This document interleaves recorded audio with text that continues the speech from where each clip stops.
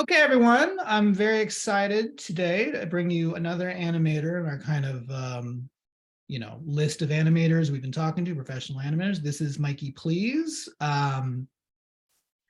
Mikey, where might have my students maybe seen any of your work? Okay. Or how would you like to introduce yourself? Maybe you can introduce, say what you Okay, fine, cool. I'll do my little intro. So yeah, hello. My name's Mikey Please. I'm a British animation director and writer. The most likely place you might have seen some of my work is that I made a half-hour animated special called Robin, which is on Netflix, came out last year. And it was nominated for an Oscar last year. So there's that. But I've been making animation for maybe 15 years Mhm. and started out doing so I've done, a bunch of like commercials and music videos and short films and TV idents and a whole sort of heap of little steps that led And to you this and you did work on half-hour a idea. Cartoon Network show, right? The Elliot from Earth. That's right. That's right. Yeah. So yeah, then there's that Cartoon Network show called Elliot from Earth that also came out last year. Yeah, I was episode director on that over 16 20-minute episodes, or like it's funny, as soon as it finished, I just like segmented that part of my mind and had This totally is forgotten about it. But yeah, no, that was clean, a like a massive project. But yeah, so there's that too. sure. So you've done lots of kinds of animation. You've been doing animation a long time. Where does it start with you? Where does your love of animation or your interest in animation come from?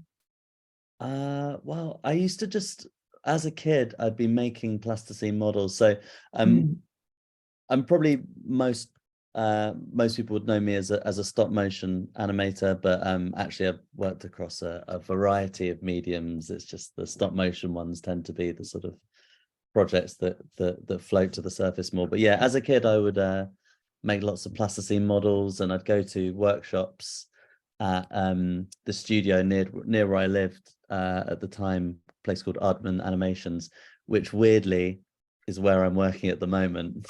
My life has sort of gone full circle from being like 8-year-old. And just to pause, Aardman makes like Wallace and Gromit and Shaun the Sheep. So if you've seen that's any of right. those, that's the particular studio that does that. That's what they're famous for. Yeah, yeah. They do a bunch of other stuff too, but Sure. those are the big hitters that people know about. We're making Chicken Run 2 at the Oh, moment Chicken Run, yeah, that's for right. Netflix. Yeah. Um, so yeah, so I guess it began with that, and plasticine, making loads of comics. I used to love making Hmm, comics. I still do. sure. Still make graphic novels and things. And yeah, I guess just a love of storytelling and craft. And for me, animation, for a long time, I just sort of dismissed it as one of those like childhood dreams that like you can't Hmm, possibly earn a living from sure. animation, like from a relatively low income background. Like there's no thoughts about like having, doing a silly job like animation. Right, But yeah. but now I don't think it is considered that. But certainly I was, as a kid, it was like this sort of pie in the sky thing. Hmm, Um, but in my sort of later teens, as I became interested in like storytelling and writing and art, hmm. it gradually became clear that animation is this beautiful Voltron beast that just Right, incorporates all of these incredible art forms in one, and sure. stop motion particularly, because it Hmm, incorporated like photography and lighting and right. sculpting and all these different sort of practices meeting in this one place. Hmm. um is what drew me to it. Did you go to school for it, or did you do it sort of independently I, after I school? didn't initially, no. I actually really, I was really into like the fine art aspect of animation. So I was making kind of quite strange experiences. So actually it's I don't quite know how my decision making got there, but I started studying fine art sculpture. Okay. And then rapidly was like, no, this That isn't makes right. sense given what I, you ended up doing a lot of. yeah, kind of, yeah. But I really liked the college, and it was Wimbledon School of Art, and so I was like, I don't want to leave the college, but I don't like the course. And but Sure. they had this special effects course, which was run by all the old Jim Henson Oh, nice. ex kind of puppet makers, and so Right, yeah. I ended up kind of just making animation, but on a puppet course. So I didn't study animation specifically, Oh, okay. but I ended up making a bunch of films at college, Mhm. bunch of stop motion weird films, and I was really keen to like collaborate with as many people as possible. And so because this puppet course, which is called Technical Arts and Special Effects, so it was like Mhm. animatronics and like various Right. other stuff. That sounds fun. It was part of a theater school. Right. I was able to like find like a costume designer and like a set designer and like Mhm. various people and be like, hey, let's form a team and Right. work together. So we made a bunch of little films, and uh then I went to work at a studio like straight after graduating. Mhm. But in a sort of, well, basically, funny story. I sent out my show reel with these films out to like a bunch of places, didn't hear anything. Sure. And then um I I followed a load of like animators that I really liked. I was just like made a spreadsheet of like, these are people that I like and I think they're really Mhm. good. And I managed to find out where one of them was having a screening, and I just sort of snuck in there. I Mhm. snuck into this screening, and this is awful advice, and I don't advise doing it, but I put my show reel just in like a bunch of coat pockets in the room. Awful. That's funny. And I was like, this is whatever. Sure. And Hey then a man, couple whatever of gets months your work later, seen, you know. You gotta do sorry. what you gotta do. Whatever gets your work seen, sometimes you gotta do what you It gotta was like it's the stupidest form of do. advertising, just like putting your DVD Right. in random coat pockets, but it's true. And then a couple of months later, I got a call from this production company who were like, we found this DVD. We don't know how we got it, but why don't you come in for a meeting? And I was like, oh my God, they've seen my films. This is like a fairy Right. tale. And I went in and they're like, we love this DVD. It's amazing. I was like, thank you. Like, yeah, all the buttons on the menus work. Oh, so you And got and so I got a job basically making making DVDs DVDs. for this company. Anyway, so then I quit that after about 6 months. But it was really interesting getting just to be inside an animation studio. And Sure. I did learn a bunch of stuff. And, at that point, I learned After Effects and I learned how to use Photoshop properly Sure. because I was around other people who were doing those things properly. And and and then I went to the Royal College of Art. So while I was there, I Okay. applied to the Royal College of Art, where they had a really good animation course, and it wasn't This a is for your technical one, but it was master's like, degree, or this was yeah, for a okay. master's degree, yeah. So and they didn't teach anything technical at the course really, Okay. but they gave you like a space to make animation in, Right. and there was lots of emphasis on like writing and finding your own visual language, Sure. and that was really cool. And actually, just to have the mental space to create work, because it's so hard to self-motivate if you're doing it on your own. That's why I Sure. think educational institutes are like fantastic for making projects, even if like the only reason you go them is to give yourself an excuse to make a project, and like Right. you have to show it to someone at the end. I It's a used to great joke that I've been a culture. teacher for about 15 years. And I used to joke that part of I call myself an educational um, trainer. Like, do you know how people hire fitness trainers? Because basically Nice. everyone can work out. It's just people don't unless basically pay someone to, whip you into shape, so to speak. And I always kind of consider myself an educational, like, nothing I teach isn't something you can't find on YouTube per se, but it's more like I'm forcing, I'm forcing, but it's like it gives structure to give people to like make Yeah, something and do something. And so it's kind I of think funny. it's so important to have that framework. Yeah. It's hard to with all the other distractions life Sure. can throw at you, to make the space for it. So yeah. So okay, you got your master's. When are you making stuff on your own, like in your spare time, or do you have a job in animation at this point, or? Yeah, I sort of, so from those films that I'd made at college, and some of them were with a few other people, some I just did like totally on my own. Mhm. It was a sort of a mixture of things, but from those, I think, yeah, before the masters, I had while I was making the DVDs Mhm. at this place, I wrote to like 10 or maybe 20 musicians that I really liked. I just like, Mhm. I'm gonna write to these. Why not? What's the worst can happen? So I Right. wrote to like 20 musicians that I really admired and basically said like, I'll make you a music video, not for free, but for Right. pretty cheap. Yeah. Yeah. For pretty cheap, like for cheaper than you would normally expect. Right. And bizarrely, like a few people wrote back, not many, but like out of Sure. 20, Sure. like 5 of them wrote back, and from that one sort of decision one night to do it, I ended up making like 4 music videos, which sort of kept me doing projects and like making them. And the first one was for like £200, so Mhm. like nothing. It like paid Right. for Right. the materials, but the last one kind of paid Sorry, for these my were animated year. music videos, or Sorry. these were animated music Yeah, videos? yeah, all Okay. animated music videos. But the budget for the last one paid for my first year of the master's course. Like Okay.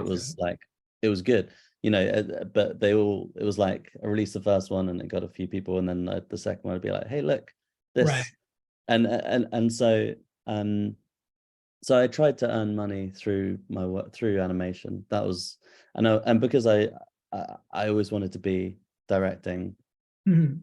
I tried to always just do directing. But animating and I'm baking everything, Right. but Right. I didn't want to get a job necessarily like as an animator on someone else's thing because, and I know that's probably not great advice, but just for me, it probably would have been helpful actually earlier on if I had done that for a bit because I would have picked up some better habits. Sure. Um, Instead, I like ended up just sort of learning on the job in a lot of cases. But So, mhm. yeah, I sorry, was gonna no. say, in this period, are you like sending your work off to festivals? Are you trying to work the YouTube circuit, or what are you trying to do to get your work out? Yeah, I never was very good, and I'm still not very good at kind of the online audience Sure. thing. But I've done a lot of festivals. I did, yeah, and I really love festivals, and I really like recommend that as a way to build a peers community, but also Sure. build a community of like industry people who you'll get to know because it is a relatively kind of small industry. I mean, it feels Right. big and it feels like you've got all these like Disney and big behemoths like that, but it's relatively small compared to the number of people on the planet. Right. It's like Sure. it's quite small. But yeah, so like Annecy Festival in France was Mhm. one I'd go to a lot, but I came and went to a bunch of festivals in the States too, and Mhm. probably yeah, since those first like college films, um, I think we made a film called Crone in like 2007. Okay. um, and that was like the first film that got into a festival somewhere. So me and the set designer went and yeah, it was an amazing experience. But just to build a community of peers as well, because often um, I found anyway, the most sort of motivating thing is to like picture your audience, like picture who's going to be watching this. And if it's just the Right. internet, if it's just the internet that's going to be watching your stuff, that's so broad. It's Sure. so like, I don't know, you see a number and you're like, 50,000 people have seen this, but I don't know who they are. I don't know what they Sure. like. I don't know what they liked in this even. Right. But if you've got a little picture in your head of 12 people who you Mhm. respect and like you know them and you know what they've done and you know what their tastes are, and you'd Right. be like, oh yeah, I'm making this just for those 12 people. And like then I can make decisions and I can be like, God, John's gonna hate this thing if he's gonna really like shake his head when he sees how crappy that walk cycle is. I can't let that fly. And I'll, you'll redo it. Or like, yeah, so I think knowing it's too big to think about an audience on a global thing. Right. It It's just helps to narrow it meaningless to a ocean specific of person to have people. empathy for, right? So making something for somebody, Right. maybe one person is too specific. But so anyway, having that group of peers, which is, that might be your animation course, it might be, but it also might be, yeah, like a festival, like a group of other filmmakers who like, I want to impress these people. I want to, like stand up and not feel embarrassed about this thing that I'm showing is a really like a base motivator, but it's an aspect of it. The other aspect is obviously expressing yourself and Um, showing your so I soul wanted to on. kind of talk a little bit. So my students, we've had a couple of people come in and talk about character design, but that was mostly from a two-dimensional standpoint. I had some different 2D artists talk about how they go about character design. I thought since you're kind of, you do a lot of stop motion work and you have a background in sculpture, and I'm assuming you're coming up with characters, right? For your at Yeah, it least for depends. your early work, I'm assuming you did most of the character. Yeah. I do all the character design. I mean, so on Robin, we would sorry, I butted in. Were you leading No, in I with was a just question? gonna say, like, do you when my students have just done a very simple stop motion, where they're using their toys and whatever but when you develop a character, like what's the process for you for that? Do you sort of start with character sketches and flesh them out, or do you think about it from a practical standpoint of like, how am I going to make this float, or all the things that kind of logistically go Yeah. into stop motion that you don't have to worry about in 2D? Or can you walk us a little through that a little bit? I'd say that when I was starting out, I would really consider the practical aspect to be like, this guy's got to have big feet because Right. otherwise he's going to fall over. And the armature's only this size, so those hands are going to be this big too. And I quickly learned that the audience does not care Sure. about your practical problems. And so Sure. you shouldn't care either. So to start with design and start with what looks good and worry about the practicalities later, Okay. or try to put the practicalities at the bottom of your priority list Sure. and make them work for your design. So, Skeleton Jack from Nightmare Before Christmas is an excellent example of like a practical nightmare. Sure. Like a spindly thing, but who is Right. a perfect like character design. He's Sure. dynamic and he's flexible, but he's angular and graphic and he's got this incredible silhouette. And yet he can kind of become so many different shapes and it's got this sort of dynamism, but Right. he's a practical nightmare. If someone had looked at him and said, I bet like people would have said, oh god, no, can't do the legs that thin, Tim. They've got to be wide and you better put some big feet on those or he's going to fall over. Right. It would have been ruined. So anyway, I try to I just draw. I draw a lot. I'd say most of my sort of practical working day is drawing, compositions, storyboards, character designs, environmental designs. It all stems from drawing. So I'd say, yeah, drawing is the skill to cultivate. And then, because then from that you can, you extrapolate form and all the rest of it. But yeah, that's the foundation. I would never, I don't think I've ever started just with a lump of clay and sculpted something. Sure. Yeah.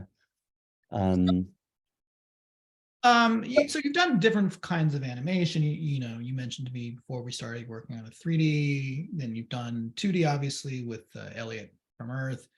But I'm assuming, or I'm going to go on a limb and say that you have a fondness for for stop motion, right? Is that fair to say? Yeah. What is it about stop motion that you enjoy or that you find an interesting, I don't know if challenge is the right word, but like, you know, what draws it to you as opposed to other forms of animation? Um, yeah, I mean, certainly like when I was starting out, you know, it's very accessible. Or back then, you know, it was a very sort of accessible medium to get a kind of a real world tangible feel. You know, I do feel like CG is amazing, is amazing in terms, and like the kind of the accessibility of CG now is like really cool and really, really staggering. But I still love stop motion though. You know, firstly, like it's so direct. It's so direct. You know, you're you're capturing what's actually in front of you, and Right. there's that sort of beautiful, like unmistakable grit of reality in there, which in the modern world is quite hard to find sometimes. You know, we live in a sort of pretty sometimes like alienating world, and to see something that's kind of got a fingerprint of humanity on it is Sure. very nice, I find anyway. But I think you also get that with other mediums. I Mhm. think if I could pin, because actually I have to say, like I really love stop motion, but I generally just love animation, and Sure, sure.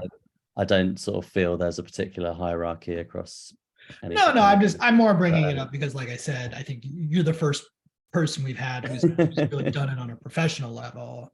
So it's but interesting to see how different animators look at animation, yeah, you know. but I think the thing that I really like across all of them, across all mediums, and I think it's probably easiest to see perhaps in stop motion, but I think you see it everywhere, is like the voice of the author. So if you can Mm. see like the individual behind something, I find that really satisfying. And I think about that when I listen to music, when I read literature, Mhm. when I'm looking at a painting or looking at an illustration. If I can see a bit of an individual in it, something that Mhm. doesn't feel generic, and it feels Right, like there's an actual human individual personality behind this right. thing, I would like it so much more than a kind of an out of the box CG thing, or like, Yeah, no, and I I hear think you. that's where CG falls down a little bit, is that because there are so many presets and so many sort of out of the box, or, you know, already made models for you that people will customize a little bit, Sure. it's harder to see the personality in that. I think you can do, of course you can, and you just, you need to sort of work a bit harder maybe with it, but once you get there, it's amazing. But with stop motion, because there aren't any presets, you have to Right. like physically build everything, or you have to like pull it all together. Sure. Naturally, the voice of the author is more like present in it. No, I agree with you. I've always, you know, I was into 3D when it first kind of came out. I was in college in the early 2000s, and it was definitely sort of the new cool thing. But then it became kind of the victim of everything else, where it's like when everything becomes CG, then it becomes, at least in America. I mean, I don't, around the world it's a little different, but at least in America, you're not going to see you know, a movie these days that isn't 3D in America for the most part on a you know, on a commercial level, maybe on a Yeah, festival level. So it became like, oh, if everyone's doing it, not to say it can't be good, because it can be, but it you know, you have to do different things to make it more unique. I think yeah, Pixar do that very well. And they there's other studios too, but I just feel like, you know, like you said, it takes, you got to get a little more of the, like the soul of the personality. I mean, that traditionally is what the pencil was, right? You have everyone has a drawing style. You know, Disney had a drawing style. You know, people, you know, Stan Lee back in the day with Marvel had his drawing style, and so on and so on. And it's like you get a little bit of that. The mm, drawing style becomes like the personality to a certain degree, or at least a little bit of the humanity of it. yeah. And I think it's not just the you know, it's not just the sort of the visual aspect too, you know, with filmmaking. It's obviously you know, that sort of idiosyncrasy comes through in the writing and in Sure. directing choices and in the music and all these different things working together, but sort of technically on a visual thing, it is a lot more, it's like beautifully direct, working with physical real things, but Sure, yeah, I agree. it's achievable anywhere. For sure. I'm gonna ask this because I'm pretty sure my students are going to know. What was it like to be nominated for an Oscar? That's got to be, Oh. an amazing experience for It anyone was in nothing, the man. It happens entertainment every industry. day. I'm so bored of being nominated. It was It's amazing. another Tuesday, Just another Tuesday. I didn't even notice, I was like right? reading the newspaper. I was like, oh, really? Oh, cool. And then I just went back to, no, it was amazing. Yeah, really unexpected. And yeah, just a sort of delightful ride. I mean, it was quite hard. It was like the unexpected thing was like, oh, it's actually quite a lot of hard work. Like once Sure. it became like a full-time job for a little bit, for a couple of months, because you had to like promote your film, and you had Right. to do a load of press that I hadn't been used to doing before. And yeah, so there's quite a lot of work involved in what's gone up to it, because it was a Netflix film as well. They worked us pretty hard to Sure. you know wave the flag for it. But on the whole, it was pretty fun. We got to travel to a Mhm. bunch of interesting places. We came to San Francisco, visit the amazing productions that were out in Portland, at Laika and Pinocchio, and yeah, it was amazing. Right. But the funny thing is that it doesn't change the film. Sure. The film is Yeah. not one pixel different before Right. or after it got nominated for an Oscar. But yeah, the perception of it is slightly different. And that's the thing with all awards, is that like they don't change your work. Your Sure. work Sure. is your work. Like Right. whether it gets recognized on that platform or not, Sure. the work's fundamentally the same. But you can get really caught up and focus on that side of things. But Sure. Sure. it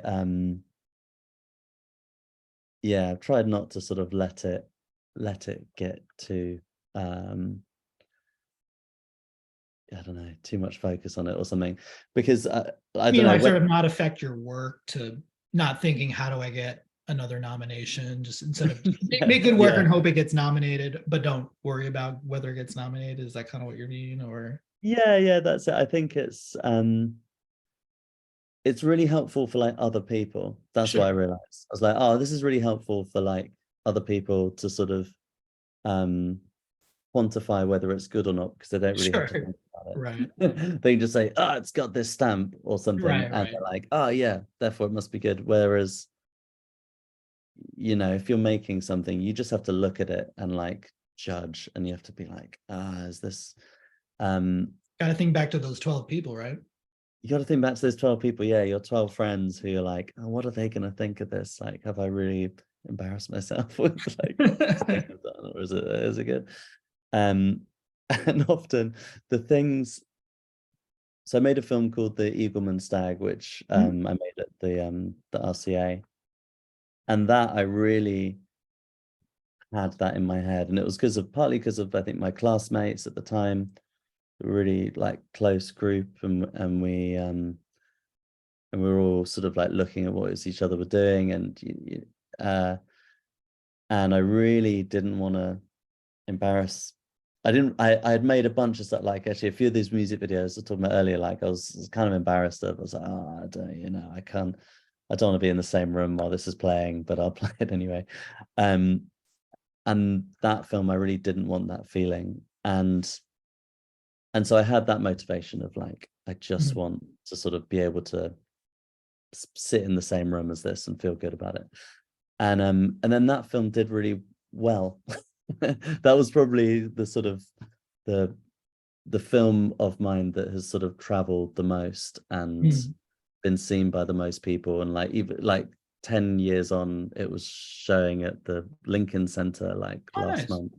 Yeah, And definitely. the Everything Everywhere All at Once guys like cite it as one of their Oh, really? inspirations. And like, you know, it's just a really cool thing Yeah, that yeah, it, like, that's it awesome. still has this life sort of 10 years on. And I do sort of think, it's just because it was made with that sort of mentality. Like I wasn't thinking, what's going to be a Right. gilded gold, What's going to capture the attention? you know. Get you the It was just get you like I bored. wanted to make something that I felt proud of. Yeah. Yeah.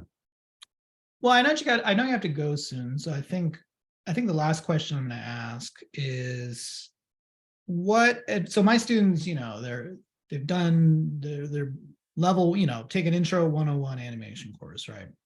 Mm. They're maybe they don't know what they want to do, or they're not sure where to go from here. We did the whole 12 principles, we've done stop motion, we've done rotoscoping, blah, blah, blah. You know, what advice would you give someone who's kind of just starting out? Or would you? You don't have any, that's fine. Do you have any advice for someone who's just Someone kind of who's just starting starting out? out, I think a really helpful thing to remember is that you know, most things that you see out in the world that you're like probably comparing yourselves to are like built on, they're just like the tips of the icebergs of people's work. You know, there's a whole body of stuff that got them there. So, you know, the few things, the few sort of tips of icebergs of my own work are built on a body of slightly embarrassing things, you know, that I'm like, I know this isn't quite right. And so I guess just to not be disheartened by that, and just know that if you trust the process and you trust your like dogmatic, relentless, keep on making stuff, don't overthink things, don't sort of let your like self-critic like paralyze you, because I do think just a kind of a constant forward momentum will inevitably get you to that point where your little iceberg is above the water and you feel like, okay, it sort of sits in the place where you're not gonna feel embarrassed about showing it.